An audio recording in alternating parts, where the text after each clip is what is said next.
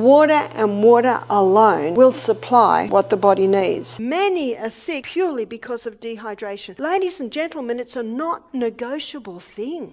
In this video, we have summarized 3 rules to drink water correctly by one and only Barbara O'Neill. First, we will learn why we need to drink water scientifically, followed by when we should drink water, and the last part will be focused on how much water we should drink a day, so stay tuned until the very end to learn new things. And why should we be drinking water? A man said to me, everyone tells me to drink water, you told me why. So let me tell you why.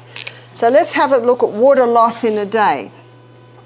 So from the kidneys, we have 1.5 litre loss in a day. From the colon, we have 0.3 of a litre loss in the day. From the lungs, we have a 0.2 of a litre loss. And what's a surprise to most is from the skin, we have a 0.5 of a litre loss. So that's 2.5 litre loss, so litre loss in a 24-hour period. We need to be replacing 2 litres of water. Well, what about the other? So you see, your fruits and vegetables also supply some fluid, but we need to have at least 2 litres of pure water a day. How many adults get up in the morning, first thing they have is, say, orange juice and a cup of coffee? Isn't that the traditional breakfast fluids? And what are they doing when they have their orange juice and their cup of coffee? They're thirsty, they're trying to hydrate, but neither will hydrate them. How clean would your body be if you washed it in orange juice? How clean would your body be if you washed it in a cup of coffee?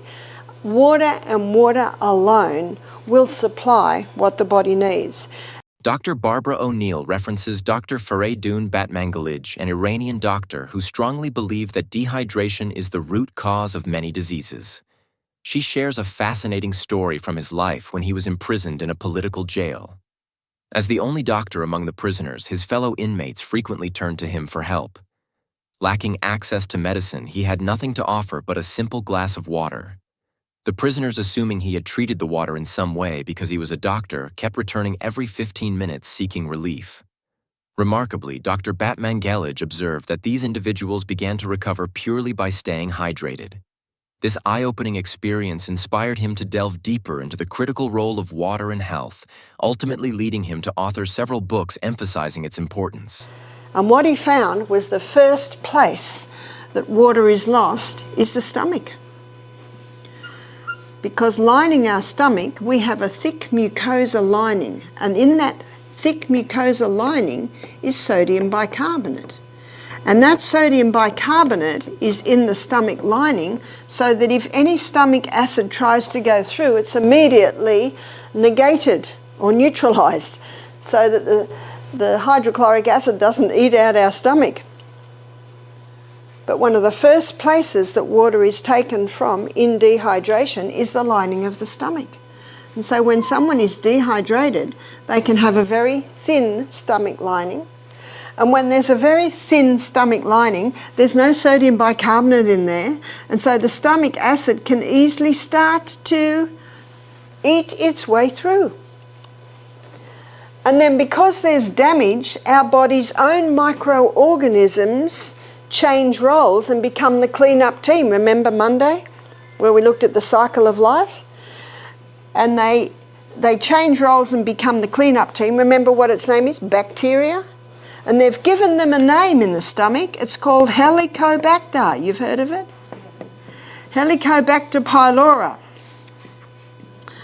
Helicobacter pylori is blamed for stomach ulcers. Students, what's the cause of stomach ulcers? Well, the number one. It's actually dehydration. And Dr. B claimed that at the writing of his book to have cured 3,000 cases of stomach ulcer with water alone. Dr. B's book, One of the Body's Many Cries for Water, it actually explains why all of these ailments are happening. The other title to his book is, He's Not Sick, He's Thirsty. The other title to his book is, subtitle, Don't Treat Thirst with Medications. Because when you do take medications, what does that do to your hydration status?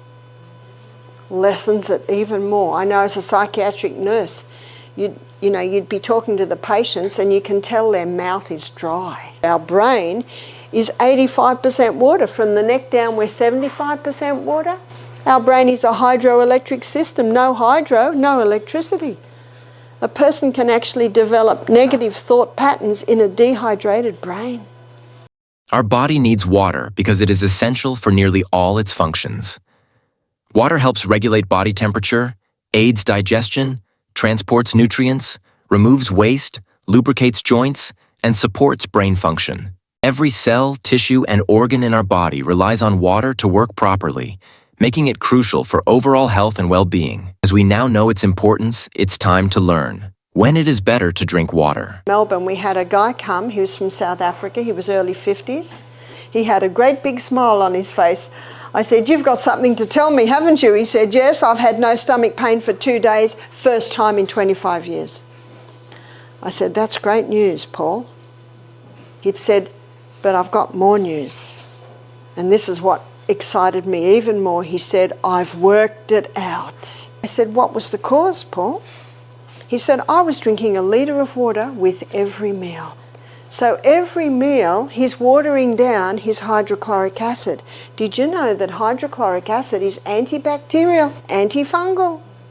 So if your hydrochloric acid's strong, Helicobacter pylori can't survive in the stomach because hydrochloric acid is antibacterial. I want to show you what's happening, and he's drinking nothing between meals. So every meal when he sat to 8, he's dehydrated, no stomach lining. So let's have a look at what's happening.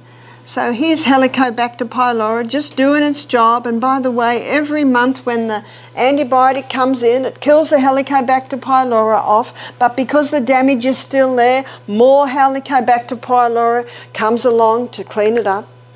See, if you don't turn the tap off, you're still going to be mopping up. When he sits to eat, hydrochloric acid's released, and hydrochloric acid is just about to come down and wipe out Helicobacter pylori. And then what does the man do? Has a great big drink of water. What does that do to hydrochloric acid? We all remember from chemistry days, water dilutes acid.